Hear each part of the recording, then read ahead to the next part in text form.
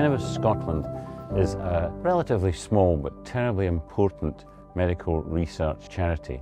It was founded in 1967 here in Glasgow by Professor Sir Charles Illingworth.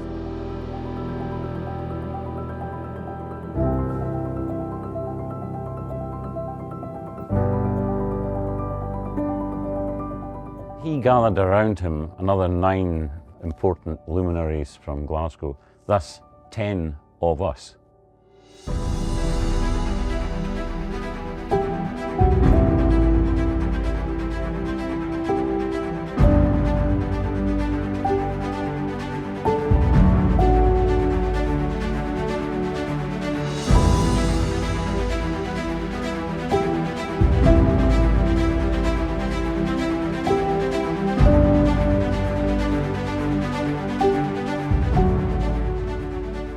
Tenovus Scotland exists to give small grants to early career medical research scientists, which allows them to, one, show proof of concept, but it also allows them to establish competence in medical research.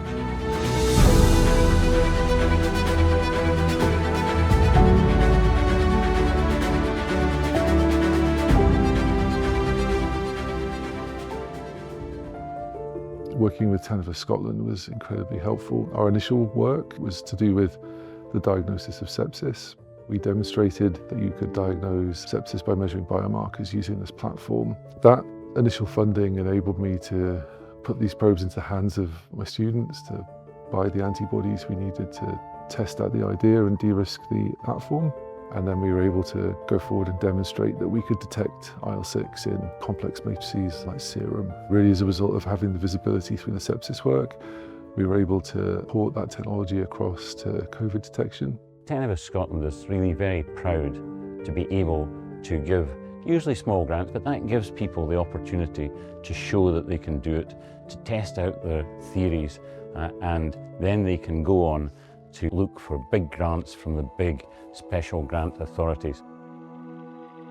My research group focuses on cancers of the ovary. The main part of my research is around looking at what triggers ovarian cancers to become resistant to treatments that we have.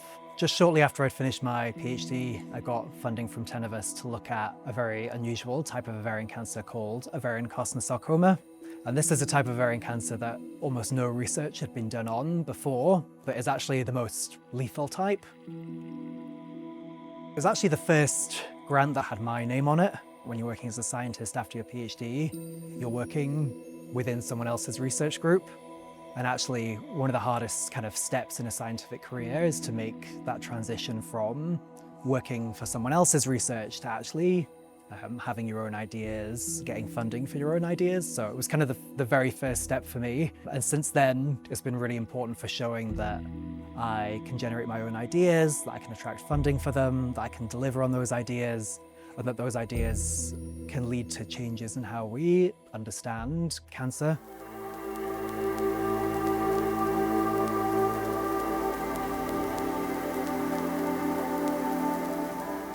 I'm interested in all versions of liver disease. From a research point of view, I've been particularly interested in viral hepatitis and the early detection of liver disease, finding liver disease before it becomes a huge problem.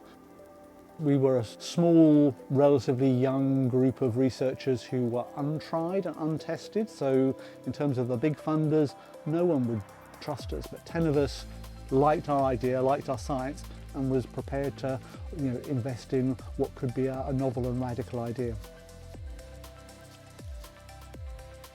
We found an antibody that blocked the virus entry, and we were very excited. This was the great breakthrough. What we thought we could have done, we did, and this antibody blocked the entry of the virus.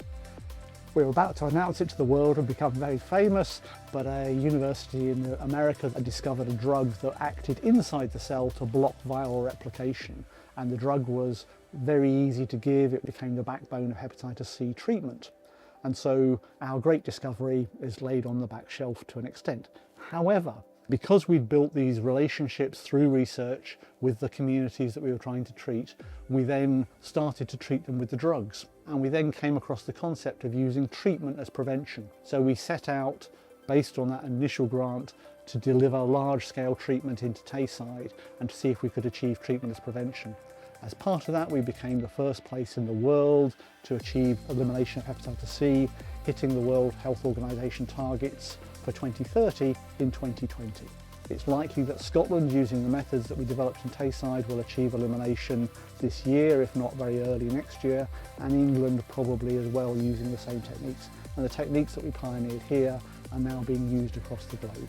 From that small initial funding of £50,000, the whole Hep C research programme that we established eventually had £25 million worth of drugs and researchers working here in Tayside, and led to international awards and us sharing and collaborating with partners in Germany, in Spain, in Australia, in Canada and across the US in terms of implementing the pathways of care that we delivered.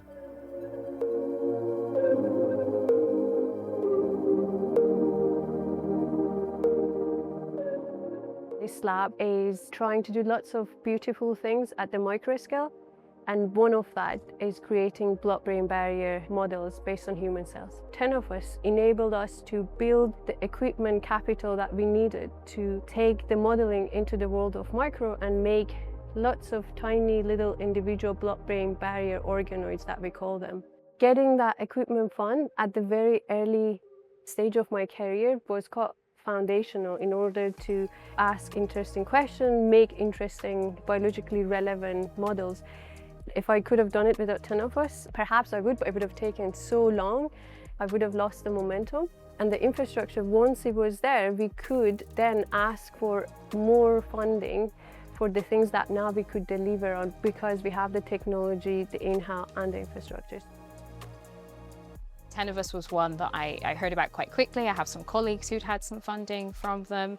And in particular, their small research grants are focused at early career researchers and people starting out and setting up their independent group like me. The focus of my research group is something called antibiotic tolerance.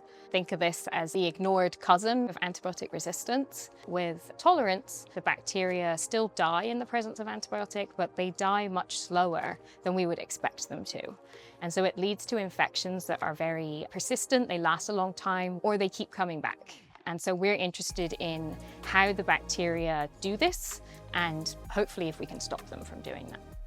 A really great start to my own independent research career to have that funding and support. And it's really helped me get some pilot data, what then will go into much bigger future grants. Tenovus Scotland funded my entire PhD. My research focused on spinal cord regeneration. There are lots of animals that can actually regenerate their spinal cords. Try and understand why a zebrafish can do that and why a human can't do that, with the idea that if we can kind of unpick these differences between fish and humans, then we might be able to apply some of those lessons that we learn to spinal cord injury treatment for people who have had a spinal cord injury. The PhD funding was absolutely transformative for me. It allowed me to be able to pursue this area of research that I'm interested in and learn so many new things and be able to continue a career in science. I just would like to thank Tenovus because they have been really integral in helping me develop my lab and develop my career, and it has been a really integral resource that we've been able to tap in that's helped research move forward much quicker than it would have been without it. We're looking for the right target for disease and even for the right target for the right person with certain diseases. We were working with this particular G protein coupled receptor, GPR75, in relation to high blood pressure in the lung. And we generally, in addition to the high blood pressure in the lung, but it seemed to be associated with key risk factors for metabolic syndrome. Things like high blood pressure, obesity, and diabetes. And metabolic syndrome basically causes this huge impact in the NHS, huge need for new drug targets. So we used the Tenovus funding to basically look at the role of this receptor and relate it to metabolic syndrome and figure if it could be a new drug target for that particular disease. With the Tenovus funding, we were able to show that if you blunt or reduce that receptor, it is a protective way in metabolic syndrome. So it prevents you from getting hypertension, obesity, and a high-fat diet. One great thing about Tenovus is a really short turnaround, so you can put in your ideas and you can get funding within a few months to actually start implementing, kind of trying to complete your aims. One other thing I think about Tenovus is this community that it has. I've been to a few of the Tenovus conferences and met a lot of researchers in my area that have actually sparked additional collaborations. So that was a really exciting and really important part of my career progression. We spend our money locally and we select the projects that we think are best, the science that will indeed solve, hopefully, the problems of today's medicine. I think it's important to realise that when Tenovus takes a punt on young researchers, the quality of the science that they're putting forward is still evaluated and in a rigorous way. So it's not poor science that's being funded, it's people without a track record to prove that they can already deliver it. It's very easy to fund people to do stuff they've already done, to fund people to do stuff that sounds as if it will be important and will be useful to push the field forward, but funding people who haven't got that track record is what Tenovus is uniquely able to do.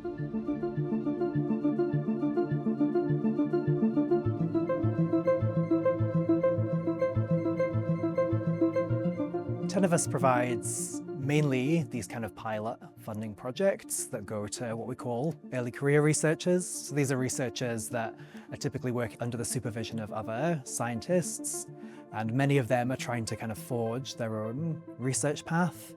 This is a really difficult time for most people in their research careers because most funding isn't specifically targeted for people at that early career stage.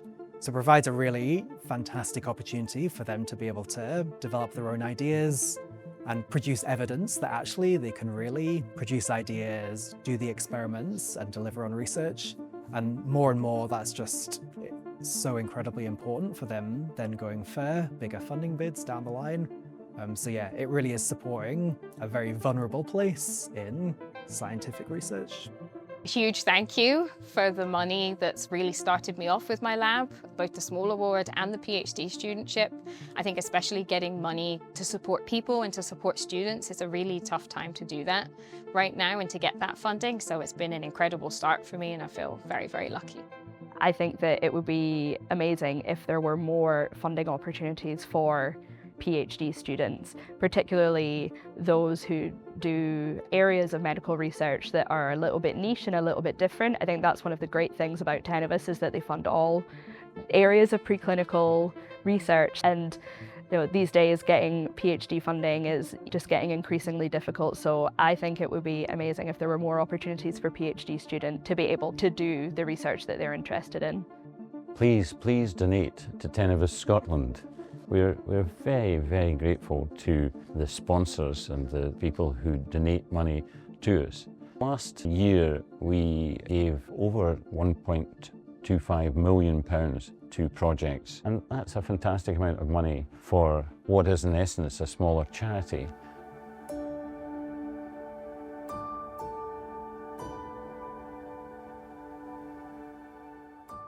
The vast majority, more than 95% of the money that we receive is actually spent on the researchers and the research. We have an associated group called the Friends of Tenovus. It is open to all who are interested in what we do, which includes supporters and the researchers, former researchers or supervisors, and all these sorts of people who've ever been involved. And we like to blend them into a great big family. Tenovus Scotland are a really effective organisation. I think they have a knack for selecting interesting projects and providing seed funding to get things going. Tenovus supports really valuable projects in scientific research, and that we really need these extra sources of charity funding to be able to keep this kind of research going. The funding that goes into these is so appreciated. You see just how much people can do with a relatively small amount. We've had some really good examples of that where small pots of money have actually led to really big shifts in our understanding of cancer research in my case, but other fields in medical research. I think Tenovus as well has a huge umbrella of different science that can be funded that can also all integrate together. So it's not maybe one particular theme such as cardiovascular or neuroscience, but it covers researchers throughout the different areas that can work together, and it can actually progress research much faster than it would do otherwise. If you're considering donating, I would absolutely encourage that you do so, because these areas of research that are supported by Tenovus are all kind of small pieces of a puzzle that will lead to all sorts of advances in medical research.